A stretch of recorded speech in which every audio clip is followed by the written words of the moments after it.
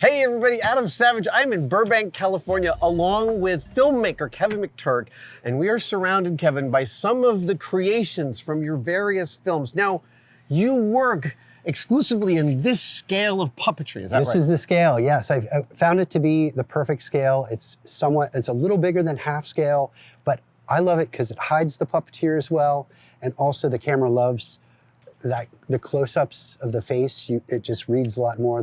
The light falls off just in the right way. Now, some people think, in the comments you can see some people are thinking that it's animated, but this is not animation. It is all puppetry. All live action, and I think that's my favorite response when I show this at festivals, is that people, the movie starts and then people are like, what am I watching? This isn't stop motion, there's something, are those guys in masks, you know? So I love the fact that it really throws people, and then they really sit forward in their seats and are entranced by it. Now, I can imagine that for budgetary reasons, working at this scale makes a lot of sets and things more possible for you. Is that right? That's correct. Yes.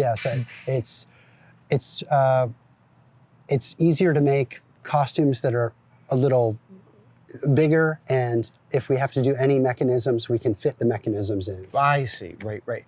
But like, I'm curious about what you get out of this scale that maybe you, okay.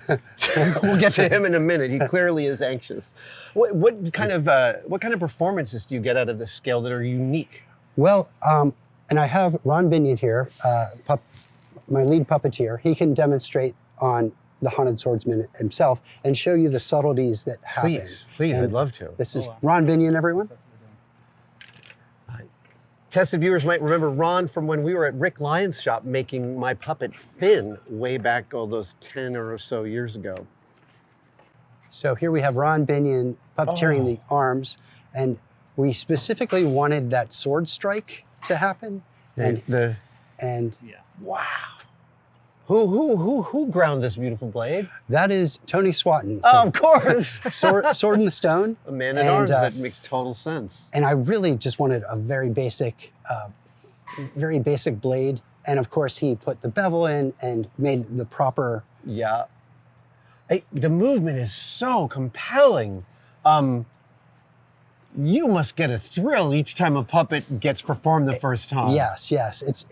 That's the big thrill when we're on set and you're just watching it unfold, and you know it's a perfect take when the whole audience, the whole crew freaks out because of Ron's amazing puppetry. And so I have to say, this is an earlier version of the puppet. Right. And so with the next Kickstarter, we took the technology, and by that time 3D technology was available, and we were able to make better mechanisms. And this is all done pre-3D printing as a regular.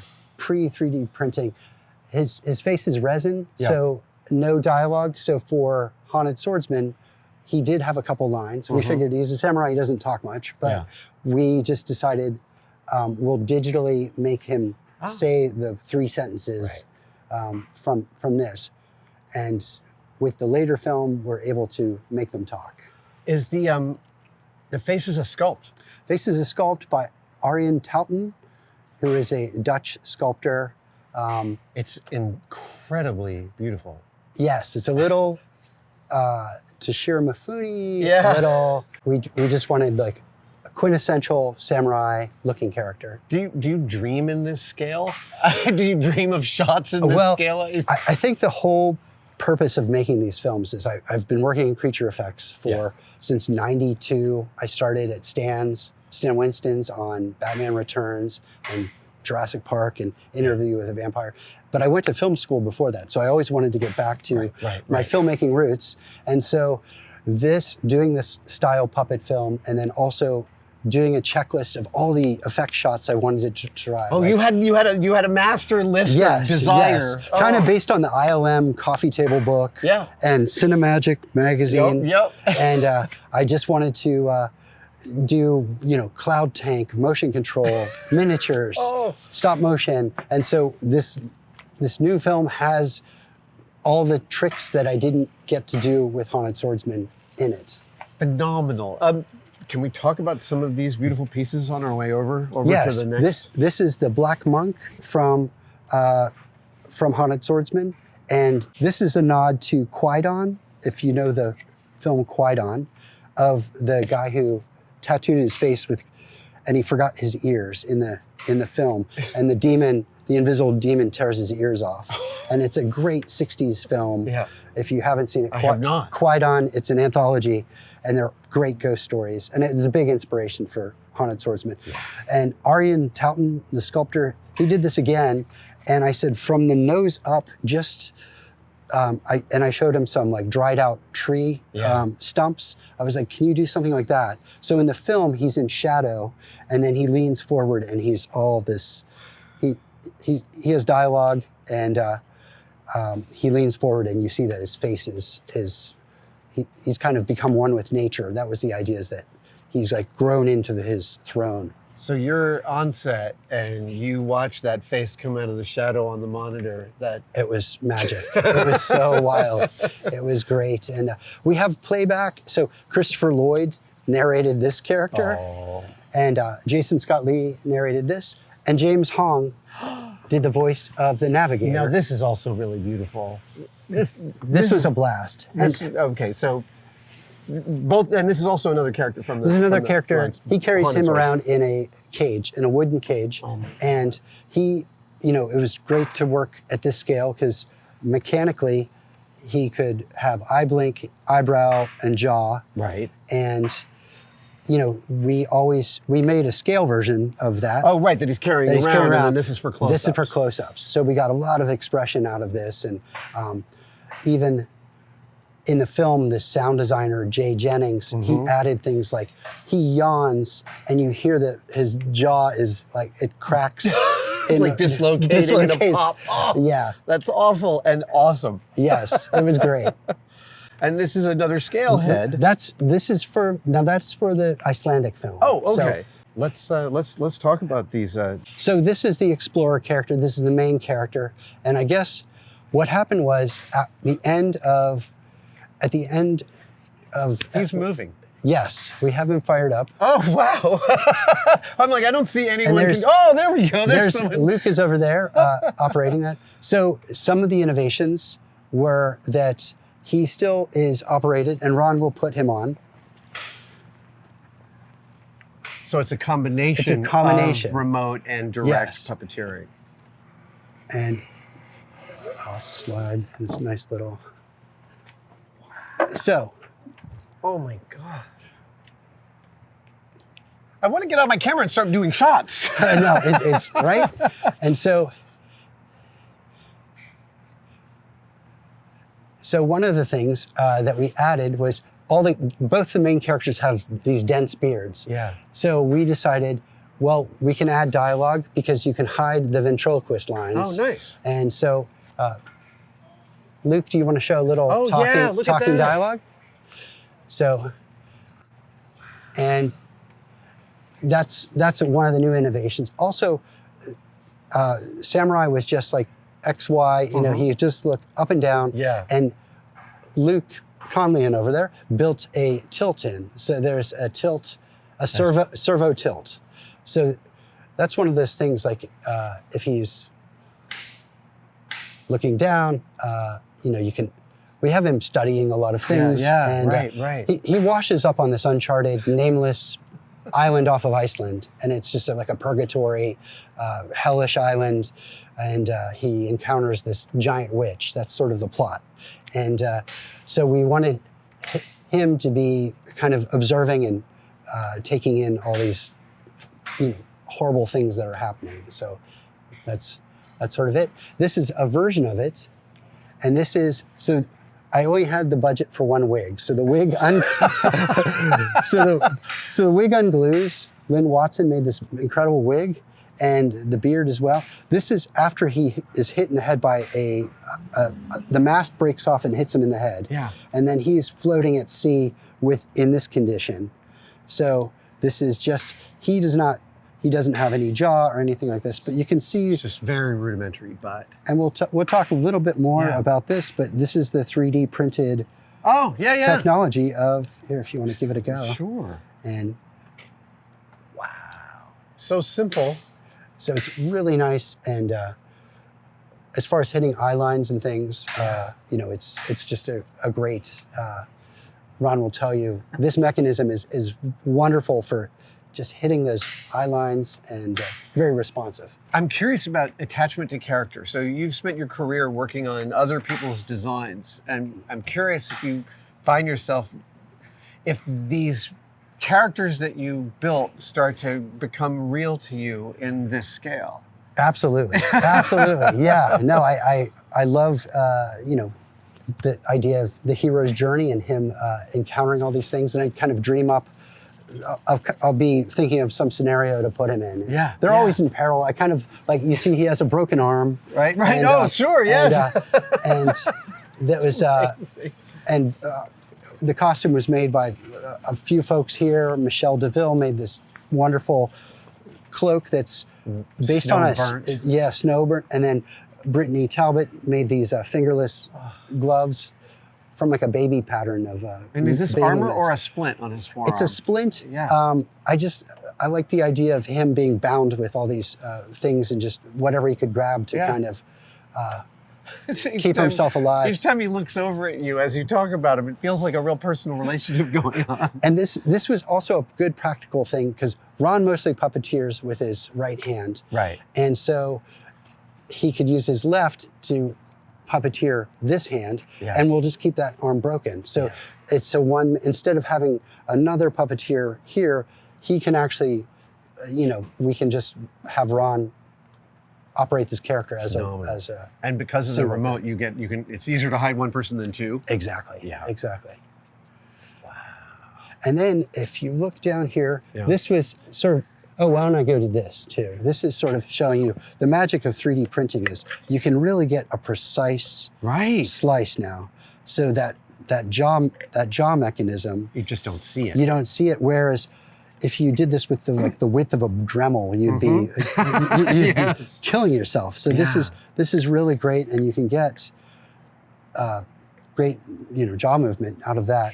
And then another innovation is setting up the character, kind of like taking the whole character, legs and all, and we put him on a pole and scanned him with photogrammetry here, and then scaled him into a little puppet, because they encounter a witch at the end, and I wanted the witch as this giant puppet to be really. So I wanted it to be this, you know, 40-foot, 50-foot character. So these guys are the stand-ins for, you know, behind the shoulder. So in doing a scale shot like that, there's about 1,000 different ways to achieve that. I'm curious if going this way gave you precisely what you were hoping for in terms of how that scale reads. I actually have not shot it yet. Oh, wow. But these are wonderful to shoot the animatic, because you can really line this up on the miniature, get all your angles, and then and go from there. And then the advice from the great Phil Tippett was shoot the witch shots first, of like the up angles first, and then when you go to shoot these guys looking up, you'll match, the eye lines will match better. Oh, nice. Kind of that was his advice.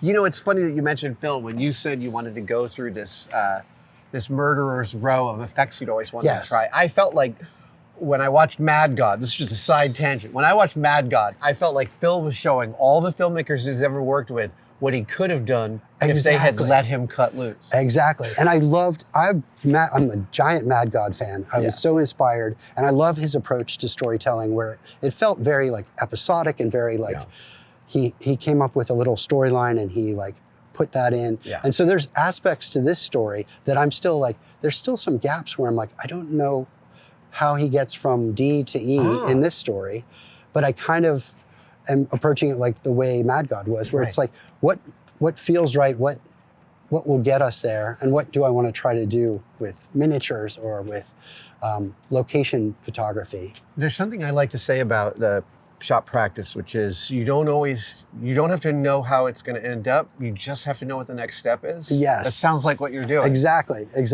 And speaking of Phil, I showed Phil Haunted Swordsman. He was a big fan. Yeah. And Phil said, on your next film, let me animate something.